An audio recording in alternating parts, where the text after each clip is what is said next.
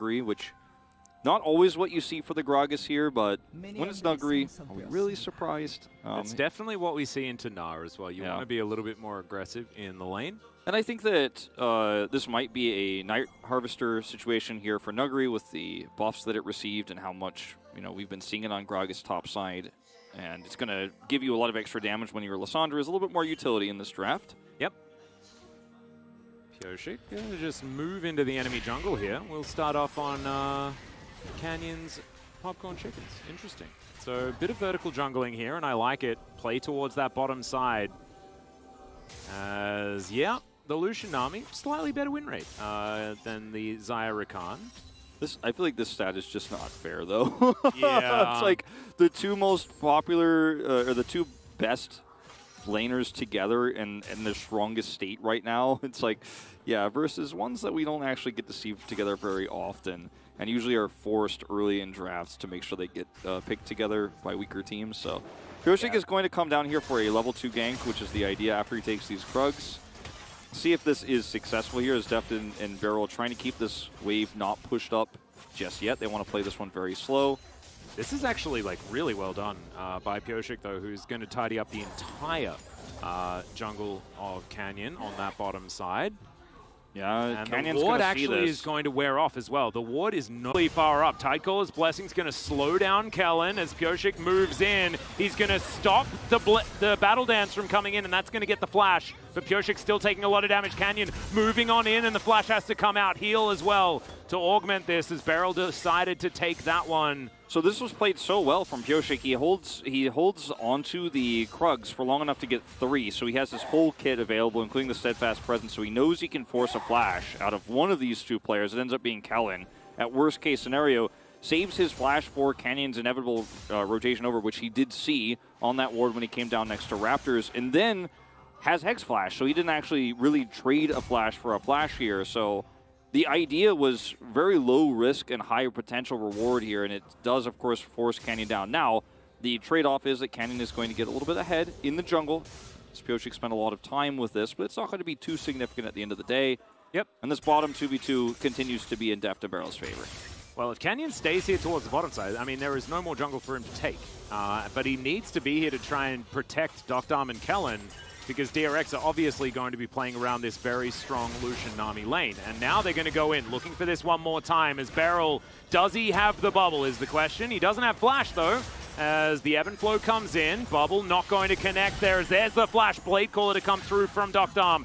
But it's just going to get a flash out of Deft. He does have the cleanse now on cooldown also, as there is no more summoner spells remaining of anyone on this bottom side. As now Pyosik, he's going to be able to find a fantastic heroic charge. Canyon has to flash himself out of the way, but the Ardent Blaze not going to be enough to lock down the kill onto Canyon, who does have to flash, but holds everything else. Pyosik was just not going to be involved in that fight until the last possible second, as some nice trading here from Zeko we saw for just a moment.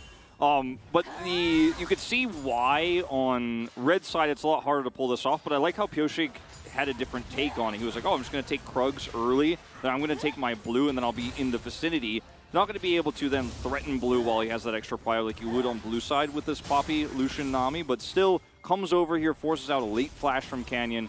And the bottom 2v2 was played really nice. I really love the attempted flash there from Doctarm to look for that kill, but it was handled as well on the other side. So we're basically summonerless across the board here.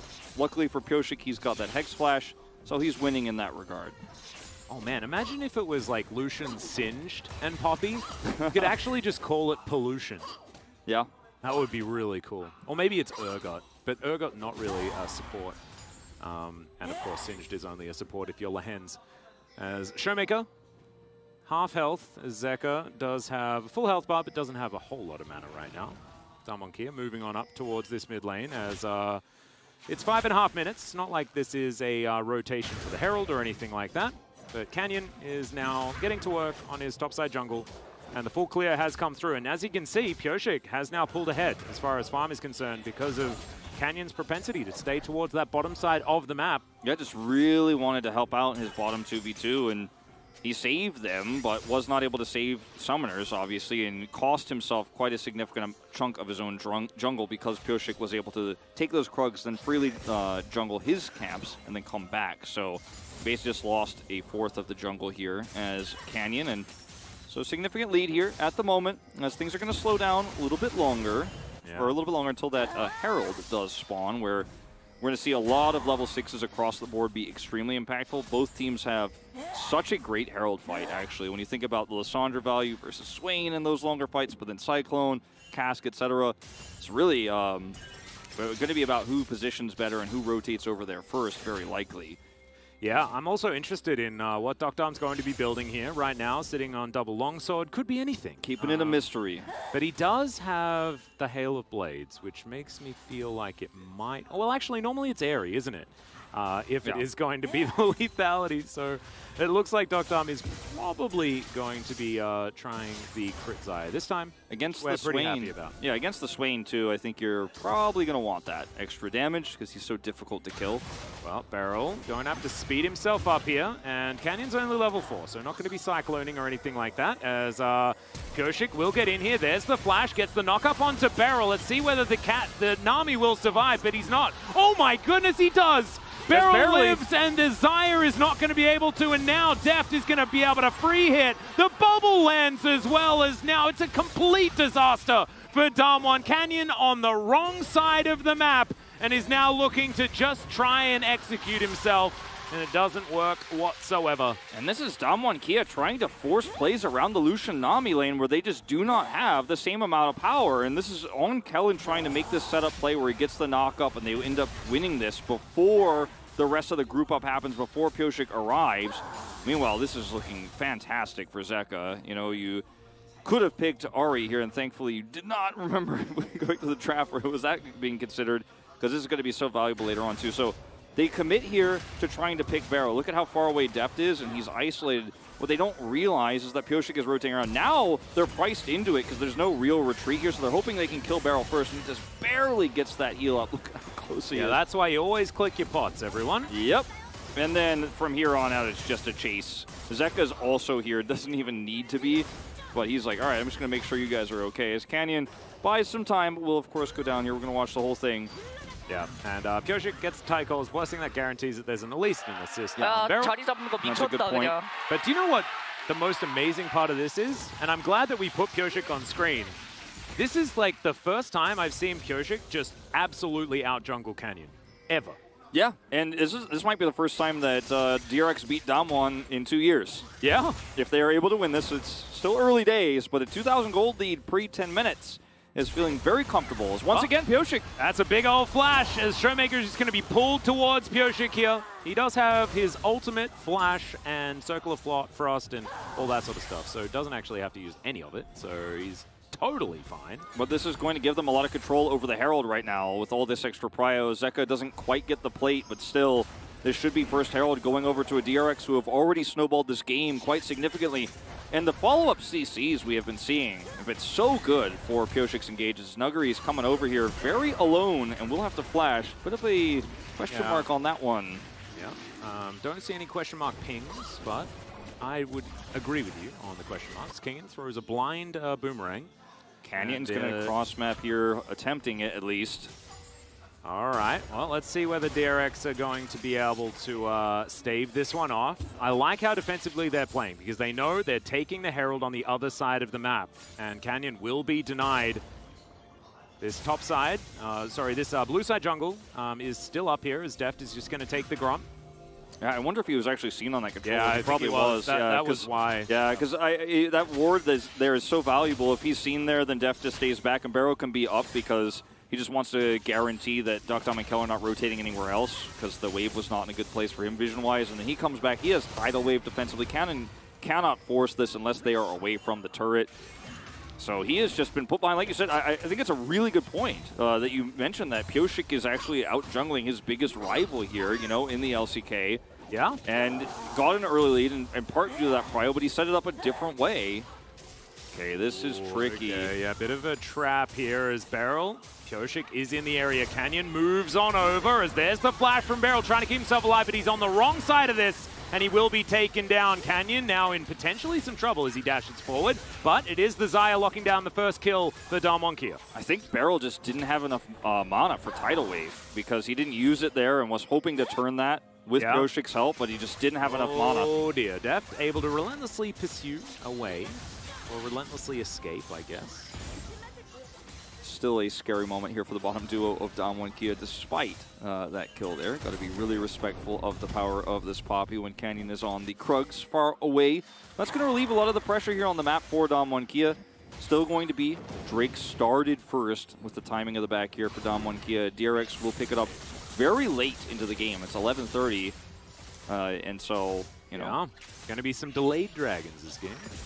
And Damwon hoping that it, to a certain extent, kind of stays that way, because the map control is not in their favor at the moment, especially here in the bottom and mid lanes. Yeah. DRX, I want to see them throw down the Rift Herald here in this mid lane. Bubble is going to go wide, but I want to see Zeka sort of unlocked a little bit. Looks like that's what they're going to do. He's grabbed himself an exhaust. Okay, there's a self-ult from Showmaker. Tidal Wave is still going to get the knock-up. Aqua Crescent's going to be flashed. And that was very necessary. Pioshik did not put down the Herald, so still has that in his back pocket for the next time the wave is going to be delivered. Yeah, grabbing a flash out of Showmaker, forcing him to back here as well. This lane just continues to be dominated. As we're going to watch this fight again, notice Barrel's mana is not great. Steadfast presence was so good from Pioshik here too. If they could get a really nice tidal wave there, maybe they could trade it back. But yeah, the Steadfast presence buys times to Deft also is fine here. They just kind of got duped. They thought they were the ones in control. As Kellen, 6 steal. Oh, look at that ward. Gleaming Quill. No one expects the Gleaming Quill steal. Really well played with that extra vision he's got there. Force it. And there are so many ways that this game gets turned around very rapidly. And I feel like DRX really had a strong amount of control that is slowly slipping away. Just a little bit. There's a grand entrance as the Nami's just going to get popped. That's the burst That damage. ward, again, 2 times now. This is good value for Kellen. And They've got to realize that's there. They knew that that was there. Yeah, because how can he quill if he's not, if there's no vision there? They have to realize there's a ward around there. Maybe he just was missed with a sweeper. Maybe they thought it was timed out. I don't think so, though, because Barrel's sweepers is available. He didn't use it, and wow, that one ward giving 2 great opportunities to Kellen. The second one much bigger than the first, and now they're going to sweep it out. Yeah, now it's a lane herald as well, and it may not actually get to this tower in time. As it's, we've got 15 seconds. And now Pioshik finds himself with a whole bunch of friends that he didn't really want to make as the decoy comes through. That's a phenomenal never move here from Zeka, who demonically ascends. Showmaker does have his ultimate. He's going to wait as long as possible before he uses it here as the plates did go over to Deft as we saw on the bottom side. And there is the kill into Showmaker. I mean, DRX really just barely made it on time with those plates as it crashed like 2 seconds before. And then the flash forward from Zeka there to get the never move was absolutely necessary to be able to secure this. They even get the kill onto Showmaker now. And Pioshik is just going to go back to the jungle and look for more pressure here bottom side with this Nami Lucian. They force the back of Duckdom and Kellen, so this is just a free push. This is really, for a second, like, okay, control slipping away from DRX. They ended up losing Barrel there. They're actually going to lose tempo control until a really fantastic move from Zeka with the prio he has been looking for all game. As this is just that ward once again. Really nice engage from Kellen, just abusing the fact that his opponents don't realize this. As Pioshik buys enough time here for Zeka to come over, he's 1v3, flashes, because he has X Flash, he doesn't care, and then Zeka flash double root pulls in. Amazing here as Pioshik locks down Showmaker, and then all of that ult damage comes through. And this, of course, guarantees the charge bottom side, which barely goes off in time. Yeah, it was nicely done here by DRX, but like you were saying, it was kind of right on the edge of working. As Duckdom will grab some popcorn chicken for himself, and let's see whether DRX can keep control of this game. Right now, it is just under a 3,000 gold lead here for DRX, and their composition, I mean, as far as scaling is concerned, I mean, it's probably fine on either side. Yeah, I mean, both sides have kind of this awkward scaling slightly discussion. less damage, I guess, from Damwon with the Lissandra. And it's an Everfrost Gragas too, not the Night Harvester this time, so a little bit more pick potential. Lissandra did go Ludens, so Showmaker is going to have so maybe actually more damage. Okay, Canyon going to be taking a lot of damage here, and he just can't escape. There's the Gnar into the wall, and Kingen will pick up the kill. There's so much CC here for DRX. We've seen it so many times between the Aqua Prison, the Never Move. I mean, Pyosik has several forms, obviously, between his ult and his charge there, and he just keeps pushing people on the wall, and there's always a follow-up each and every time. Pyosik is 100% kill participation here on this Poppy. We talked about how, yeah, there's a few Poppy players here in the LCK, and Pyosik is one that I think goes under a lot of people's radar. Yeah, it is Pyosik and Peanut, who are the main Poppy ones. aficionados, as Deft is going to throw out the back massager towards Doctarm, who's now just chilling underneath his turret. They want this Baker turret. getting pressured away by Kingen, and yeah, they should be able to do so. As you can see, Zeka just moving on in. Shirley going to come through here, as that's what DRX picked up, I believe, in the replay. And she's going to lose a bunch of her health as Deft is Gale forcing forward, gets the Featherstorm out. As now Poppy's in trouble. Yeah, Pyosik will get taken down there. Canyon gets his revenge. And now Nogari's looking for that. Zeka is just going to demonically ascend, though, in answer. And they get out a big cooldown there from the Swain. Yeah, that's pretty huge. Really nicely locked down here by Nuguri to have that flank angle. And now they have to set up on the Drake, so this was 100% worth it. He didn't even teleport for this. He just walked up for it to trap them on that greedy play to try to look for a lot of extra damage in the mid lane. So now Dom and Kia are going to exchange this for a one-for-one Drake and Kingen. Kingen just going to get destroyed here as he gets knocked up. That's a great Gnar, and he flashes out of the way. So he is going to survive. Throw the house back as an answer. Still, like you said, losing that critical summoner spell. As Pyosik just, with this ward here, Canyon tries to clear it, and they instantly follow up. Kingen has the follow-up CC. Barrow was also rushing over to try to pull something off. That's when, of course, they go and grab the Herald, which charges through here. This is a huge overextension for Pyosik, and Kellen is like, well, I guess I will just knock you up and charm you, and we'll take 600 gold and put it in the bank. That goes over to Canyon on the Wukong, who's been behind this game, but now gets a lot of extra power. As Nogari was looking to prevent them from retreating, still gets out a flash. Yeah, he wanted to knock Kingen back, I believe. Yeah. But the hop came through first, so the barrel not going to be able to do it. DRX will take down this top outer turret, so they'll hold on to their approximate 3,000 gold lead. Just like last game, this Infernal Soul, the Mountain Soul we saw in Game 2 was super impactful defensively against the Corki. It was a huge game changer. Both of these teams will want this late game extra damage from the Infernal Soul. It's going to be so significant for both these comps that don't really scale incredibly well. There are some aspects of it, like we've talked about, and you know, the Swain is going to scale well in terms of what he's going to do with longer fights and damage. The Lucian can have some great pick potential. Lissandra with Ludens, so a little bit more there, but with an Infernal Soul, all of these champions become a little bit more deadly later on. So it is going to be a huge, very impactful Drake. Yeah, and it's also crit Xayah, so the scaling for the Xayah is much better than the lethality varieties that we've seen. I think it's 100% the right call versus Swain. Oh, I mean, it's 100% the right call every game, no matter what. I just don't think that... You're a big hater of the lethality Xayah. I mean, it's just not good anymore, Wolf. I mean, I don't know. A lot of our best AD carries still play it. I trust the pro gamer's opinion on this. I think they have a good read on it. Like, I don't like to hate on it. Sometimes I think we're like, okay, I don't like it here, but we can justify it. But this case, I think it's 100% correct to go for the crit. Like, this time it would have been very silly, I think, if he did not. Yeah, maybe I am just a little bit overly enthusiastic about I just love that you hate it, though. I mean, you and Valdez have the things, like, Valdez is all about stopwatches. And I'm like, lethality, Xayah, get out of my game. I mean, Valdez is just as passionate about Shadow Flame, you know, sometimes when it's not picked in the right situation. Yeah. Yeah, no, that was definitely a thing that, that Valdez was irked by quite a lot. As Nogari is spotted here by Pyosik. Lying in wait. I guess mine is I hate the Leandries on Victor in a lot of games. I'm like, ooh, okay, this is Kingen's got an R-bar. Yeah. House is going to connect, but Nogari's pretty happy. He does have his Zhonya's alive, so he will be able to just tidy up the wave. He's going to have to take some houses, but otherwise he's all right. Zeka completes his Zhonya's as well.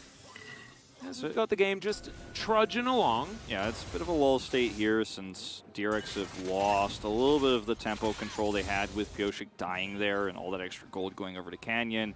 Damwon Kia having a little bit of map control, some deeper vision here. It's just this extended ring around the rosy for setting up vision for what will be this next Drake, because that's the important objective on the map right now. It's just so far away. Yeah. And this Infernal Soul is, like you mentioned already, going to be very, very valuable for both sides. Especially when you've got Lissandra Swain, like it's not a lot of massive damage from the mid lane, so they want to have it augmented with that extra on hit. Yeah.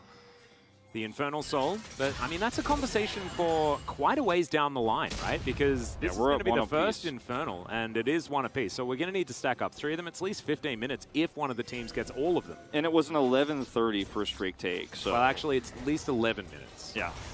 If I was to be 100% accurate. It's a ways away. Yeah. It's a post-30 at fastest possible case. So might be a very long and drawn out, a very long and slow. Long and slow is slong. Slong is not a word you should ever say. Well, Canyon is going to find a Cyclone onto Beryl, who's going to throw out a Tidal Wave, but doesn't really get too much for it. It's only Kellen who grand exits. Canyon now trying to run away as in goes Pyoshik. He gets a Featherstorm and just pops like a balloon.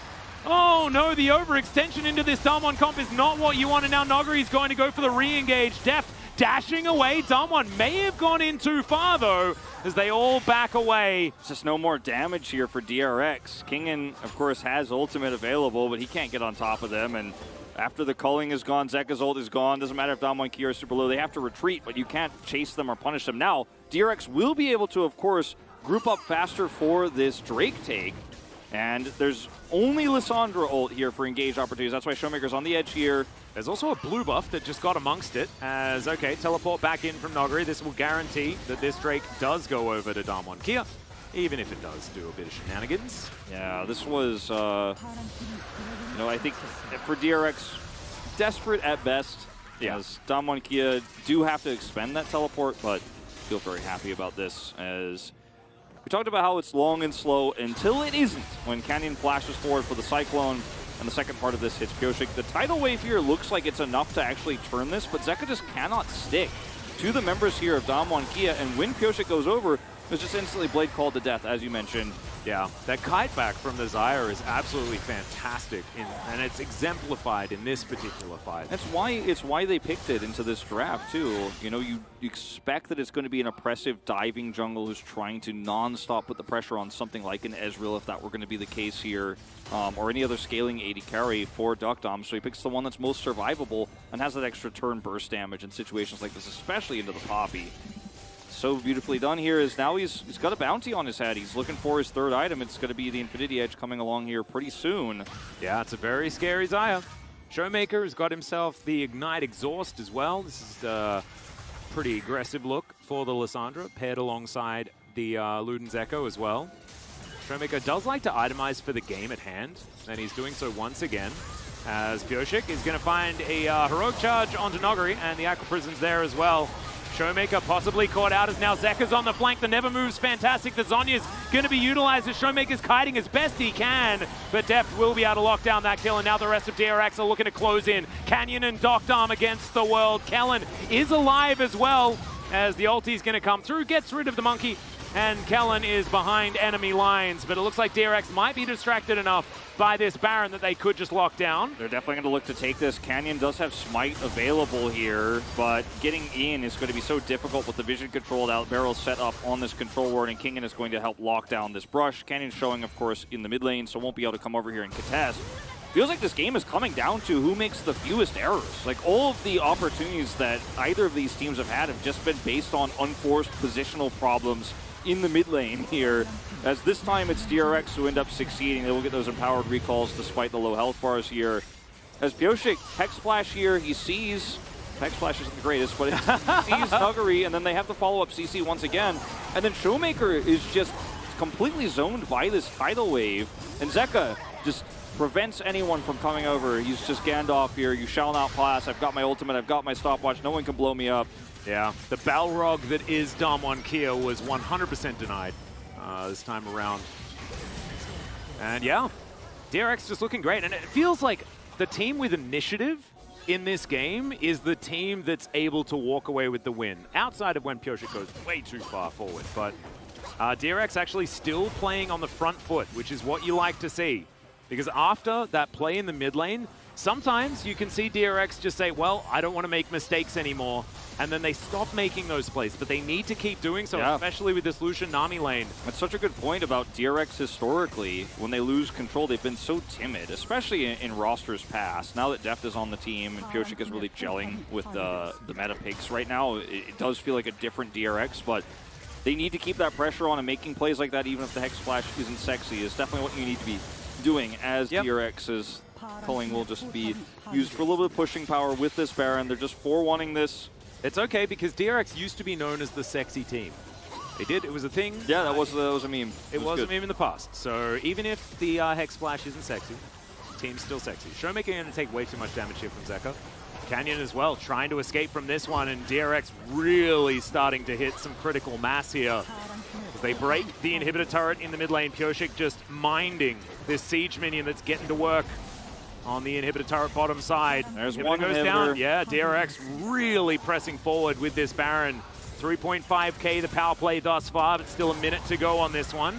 Gotta be careful about overextending here, though. Cask is up. Canyon does have Cyclone. DRX need to really think about leaving as this wave fades away, and so does King and Bar, of course. He's level 16 here. And if he has it, it's a great fight for them, but without it, I think, and no minions here, you're going to be losing quite a bit of time on this Baron buff. I think the turn is pretty strong here for Damwon Kia.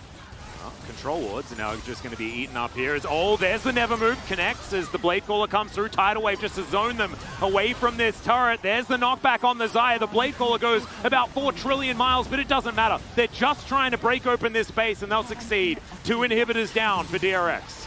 Great play from Zeka there, forcing out the Xayah ultimate, then the follow-up ult from Pyosik, guaranteeing the numbers advantage. They just basically said, nope, that's my turret.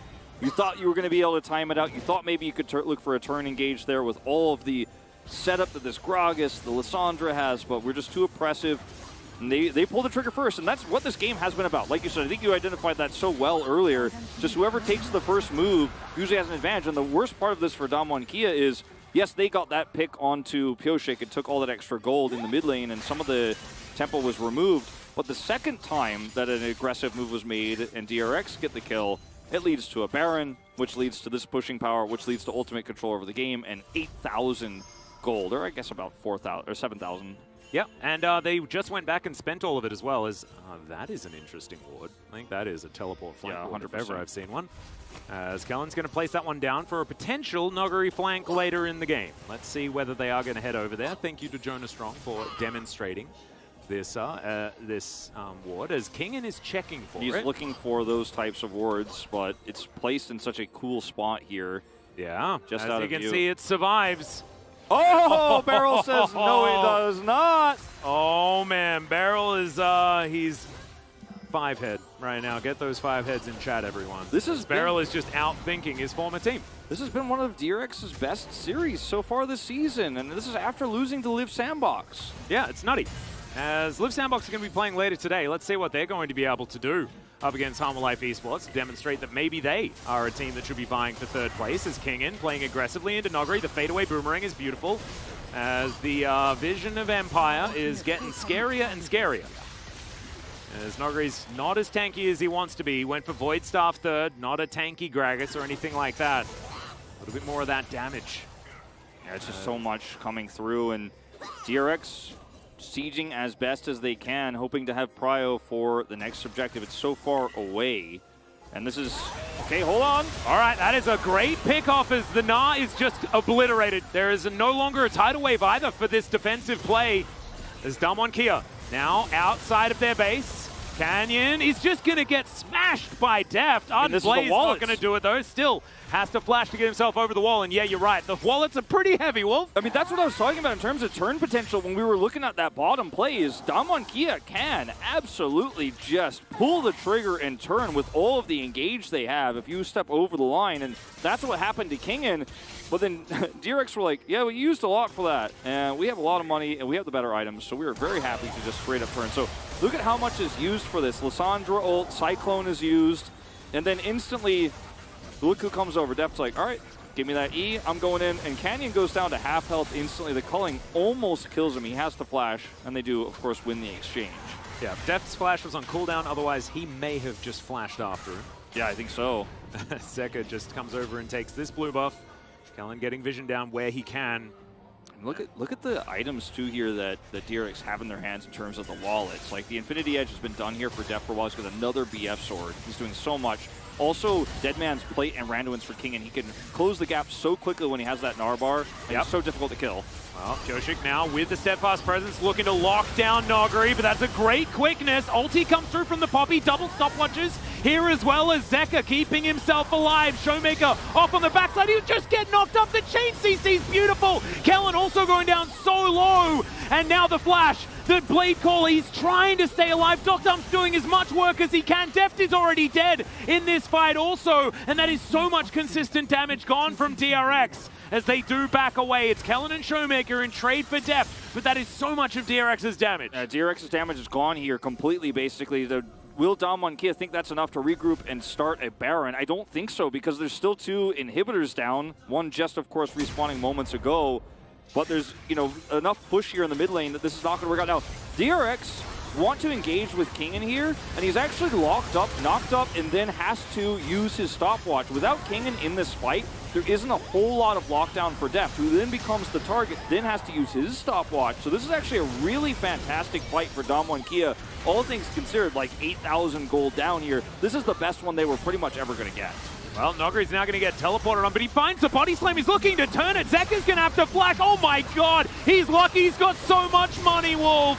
As Damwon-Kia are going to lose their top laner, and that was almost a beautiful play. It was so close to being so sick, but Zeka is just so survivable here, and this is going to be the Baron going over to DRX. Deft is respawned and alive now, and Damwon-Kia, their inhibitors are respawned, but how long will they survive with a Baron barreling down on them? 15 seconds for this Infernal means Damwon-Kia can't even trade objectives right now. They're going to try to at least get the setup on this Infernal Soul, but DRX should be able to just push mid and then come over and punish. They have no vision, though. Yeah, they can just walk straight in. They can face check because there's no Nogari, right? This is 4 versus 5, and Damwon-Kia cannot start this Drake.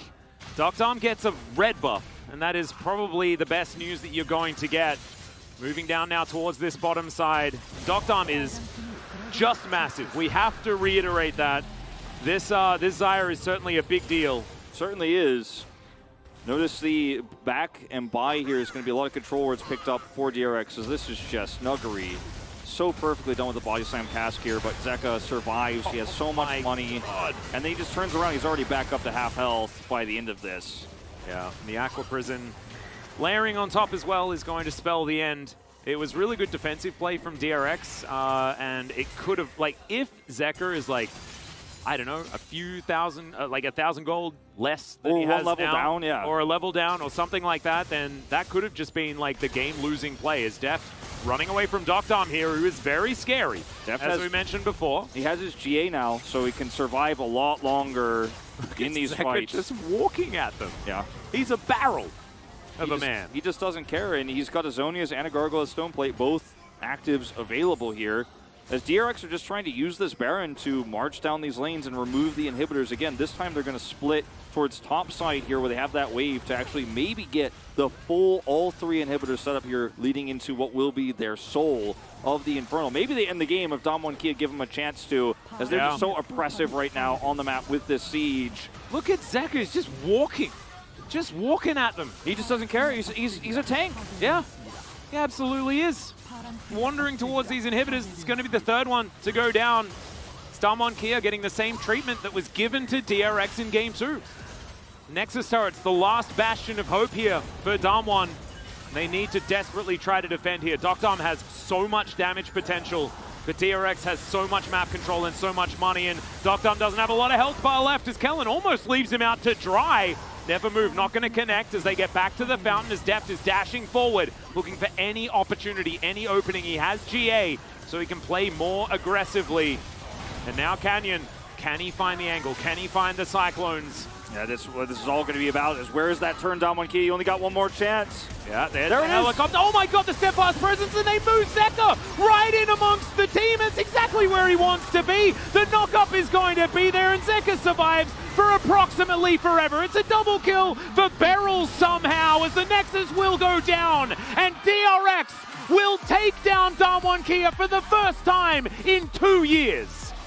For the first time in 2 years,